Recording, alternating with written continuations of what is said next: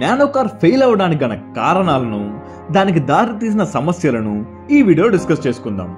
ఈ వీడియోలో మొదటగా అసలు రతన్ టాటా గారికి నానో అనే బడ్జెట్ కార్ని తయారు చేయాలనే ఆలోచన ఎలా వచ్చిందో తెలుసుకుందాం. నవంబర్ 2003లో వర్షం పడుతున్నప్పుడు రోడ్డు మీద స్కూటర్లో వెళ్తున్న ఫ్యామిలీని చూశారు. అందులో ఒక వ్యక్తి డ్రైవ్ చేస్తుంటే ముందు తన కొడుకు, వెనక తన భార్య, చేతిలో మరో పిల్లాడితో వర్షంలో తడుస్తూ వెళ్లడం గమనించారు. ఆ రోజు ఆయన చూసిన విషయం ఆయన కదిలించింది. కార్ని అఫోర్డ్ చేయలేని ఇలాంటి ఫ్యామిలీస్ కోసం ఎలాంటి వెదర్లో అయినా ఇబ్బంది పడకుండా ప్రయాణించేలా వెహికల్ని తయారు చేయాలనుకున్నారు.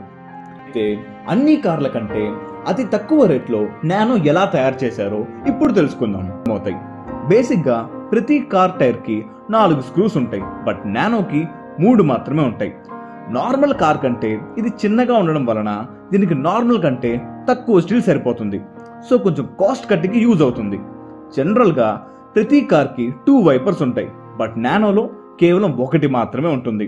పెట్రోల్ ట్యాంక్ దగ్గర ఉన్న కవర్ ని నానోలో రిమూవ్ చేశారు. ఇలా ప్రతి చిన్న ఆస్పెక్ట్ లో చేంజెస్ చేస్తూ, అవసరం లేని వాటిని తీసేస్తూ ప్రతి దాంట్లో కాస్ట్ కటింగ్ చేశారు. దీనికోసం వారు కార్ డిజైనే కాక అప్పటి వరకు ఉన్న టెక్నాలజీలో చాలా చేంజెస్ ని చేయాల్సి వచ్చింది. ఇలా టెక్నాలజీలో కొత్త థింగ్స్ యాడ్ చేయడం వల్ల టాటా నానో పేరు మీద 80% పేటెంట్ రైట్స్ ఉన్నాయి. అండ్ ఒకే కార్ మీద ఇన్ని పేటెంట్ రైట్స్ ఉండడంతో ఇది గిన్నిస్ బుక్ లో చేర్చే ప్లేస్ వెతుకుతూనే ఉన్నారు. అదే సమయంలో అప్పటి గుజరాత్ సీఎం అయిన నరేంద్ర మోడీ గారు ఈ ప్రాజెక్ట్ కి అవసరమైన సదుపాయాలు కల్పిస్తామని టాటాని ఆహ్వానించారు. అండ్ దీనికి కావాల్సిన అప్రూవల్స్ ని తక్కువ టైంలో ఇచ్చారు. దాంతో గుజరాత్ లోని సనంద్ లో నానో మ్యానుఫ్యాక్చరింగ్ ప్లాంట్ ఏర్పాటైంది. ఇదంతా జరగడానికి చాలా టైం పట్టడంతో నానోకి మార్కెట్ లో హైప్ తగ్గిపోయింది. నియర్లీ 1 ఇయర్ ఈ ప్రాసెస్ లో వేస్ట్ అయిపోయింది. అండ్ దీనికోసం ట్రాన్స్పోర్టేషన్, షిఫ్టింగ్, ఇన్స్టాలింగ్లు కొత్తగా చేయాల్సి వచ్చింది. దీంతో టాటా కంపెనీ మీద అదనపు ఖర్చుల భారం పడింది. దాంతో నానో కార్ ప్రైస్ కూడా 1,00,000 కంటే ఎక్కువగా మారేలా కనిపించింది. కానీ రతన్ టాటా మాత్రం ముందు మాట ఇచ్చినట్టుగానే నానోని 1,00,000 లోనే అమ్ముతామని చెప్పారు. సింగూర్లో జరిగిన డ్యామేజ్ వల్ల అప్పటికే టాటా కంపెనీ 1,400 కోట్లని కోల్పోయింది. ముందు మాట ఇచ్చినట్టుగానే బేసిక్ మోడల్ ని ₹1,00,000 లాంచ్ చేశారు. బట్ అందులోని అడ్వాన్స్ మోడల్స్ 2 to 3 lakhs లో అమ్మిన ఈ నానో మార్కెట్ లో ఎందుకు ఫెయిల్ అయిందో ఇప్పుడు అనలైజ్ చేద్దాం. పాయింట్ నెంబర్ 1, కార్ కి పెట్టిన pricing. Nano car base model ని రిలీజ్ చేసిన ప్రైస్ ₹1,00,000. బట్ బేసిక్ మోడల్లో మినిమం ఫీచర్స్ కూడా ఉండేవి కాదు. కావాల్సిన బేసిక్ ఫీచర్స్ ఉన్న నానో కార్ కొనాలంటే మినిమం ఇంకో 50,000 ఎక్స్ట్రా ఖర్చు చేయాల్సి ఉండేది. ఇంకొన్ని ఫీచర్స్ ని యాడ్ చేస్తూ కార్ మీద ప్రైస్ ని పెంచుకుంటూ పోయారు. దాంతో ఈ కార్ ప్రైస్ 2 లక్షల నుండి 3 లక్షల వరకు ఉండేది. 1,00,000 పెట్టి కార్ కొనాలని వెళ్తే ఆ ప్రైస్ లో బేసిక్ ఫీచర్స్ లేకపోవడంతో 2 లక్షలు పెట్టాల్సి వచ్చేది. దాంతో చాలా మందికి ఇది నచ్చలేదు. సెకండ్ పాయింట్, మార్కెట్ లోన కాంపిటీషన్. నానో ముందు చెప్పినట్టుగానే 1,00,000లోనే మంచి ఫీచర్స్ ప్రొవైడ్ చేసినట్లయితే ఆ ప్రైస్ రేంజ్ లో కాంపిటీషన్ లేదు కాబట్టి మోస్ట్లీ సక్సెస్ అయి ఉండేది. బట్ ఫీచర్స్ ని పెంచుతూ కార్ ప్రైస్ 2,50,000 నుంచి 3 లక్షలు చేయడంతో మార్కెట్ లో టఫ్ కాంపిటీషన్ ఎదుర్కోవాల్సి వచ్చింది. దానికి కారణం 3 లక్షల నుంచి 3,50,000 రేంజ్ లో మారుతి కంపెనీకి చెందిన ఆల్టో అండ్ 800లు ఉండేవి. వీటిలో నానో కంటే better build quality, better features ఉండడం వలన వీటిని కొనడానికి జనాలు ఆసక్తి చూపించేవారు. నానో రిలీజ్ అయిన కొత్తలో మారుతి సేల్స్ 20% కంటే ఎక్కువగా పడిపోయాయి. బట్ తర్వాత రోజుల్లో ₹50,000 ఎక్కువైనా కానీ వీరి ప్రోడక్ట్స్ నానో కంటే బెటర్ అనే అభిప్రాయం ప్రజల్లో కలిగింది. Third point and most important point, A reason వల్ల అయితే టాటా నానో ఫేమస్ అయిందో అన్ఫార్చునేట్లీ అదే నానో పతనానికి కారణమైంది. అనౌన్స్ చేసినప్పటి నుంచి ప్రతి ఒక్కరు దీన్ని చీపెస్ట్ కార్, లో ప్రైస్ కార్ అంటూ వచ్చారు. దీని మీద ఆ టైంలో జోక్స్ అండ్ కామెడీ చేయడం స్టార్ట్ చేశారు. ఈవెన్ మీడియా కూడా చవకైన కార్ అంటూ వైరల్ చేశారు. సపోజ్ కార్ని ఎవరైనా ఎందుకు కొంటారు? మెయిన్ కంఫర్ట్ కోసమే కదా.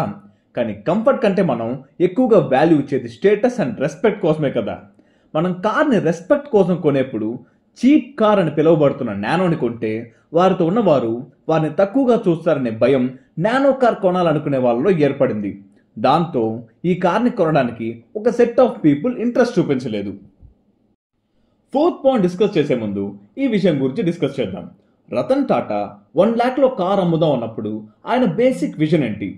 జనాలు 2 వీలర్ కోసం 70 నుంచి 80 వేలు ఖర్చు చేస్తున్నప్పుడు లక్షలోనే కార్ ప్రొవైడ్ చేస్తే 2 వీలర్ కొనాలనుకున్న వాళ్ళు మరో 20 వేలు పెడితే కార్ కొంటారని. కానీ మా పాయింట్ ఏంటంటే నానో కార్ని 2 వీలర్తో కంపేర్ చేసి కొనేవారిని టార్గెట్ చేయకుండా 2.5 to 3 lakhs వచ్చే కార్స్కి పోటీగా ఫీచర్స్ పెట్టి రిలీజ్ చేసుంటే మార్కెట్లో ఇప్పటికీ సస్టైన్ అయి ఉండేది. 5th point, safety standards. ₹1,00,000 వచ్చే కార్లో సేఫ్టీ చూసుకోవడం అత్యాశ అవుతుంది. తక్కువ మ్యానుఫ్యాక్చరింగ్ కాస్ట్తో చేయడం వల్ల దీని బిల్డ్ క్వాలిటీ అంతంత మాత్రమే.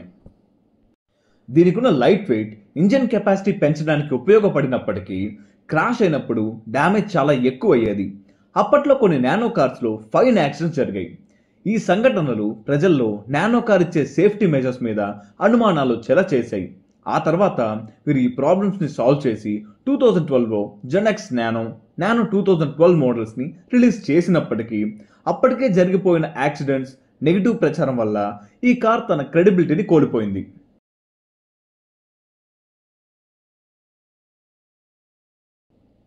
మార్చ్ 23, 2009 నుంచి 2010 వరకు దాదాపుగా 30,000 మంది ఈ కార్ని కొన్నారు. ఆ తర్వాత సంవత్సరానికి ఈ నెంబర్ డబుల్ అయింది. 70,432 మంది ఈ కార్ని కొన్నారు. ఆ తర్వాతనే చీపెస్ట్ కార్ అని నెగిటివ్ పబ్లిసిటీ స్టార్ట్ అయింది. ఆ తర్వాత నుంచి ఈ కార్ సేల్స్ దారుణంగా పడిపోయాయి. 50,000 నుంచి 7,000 కార్లు మాత్రమే తర్వాత అమ్ముడిపోయాయి. తర్వాత 2018లో చివరి నానో కార్ తయారు చేయబడింది. ఆ తర్వాత టాటా మోటార్స్ అధికారికంగా నానో ప్రొడక్షన్స్ ని ఆపి ఈ కార్ని మోస్ట్ అఫోర్డబుల్ కార్ అని కాకుండా చీపెస్ట్ కార్గా మార్కెటింగ్ చేయడం ఆ కంపెనీ చేసిన అతిపెద్ద తప్పని రతన్ టాటా అభిప్రాయపడ్డారు.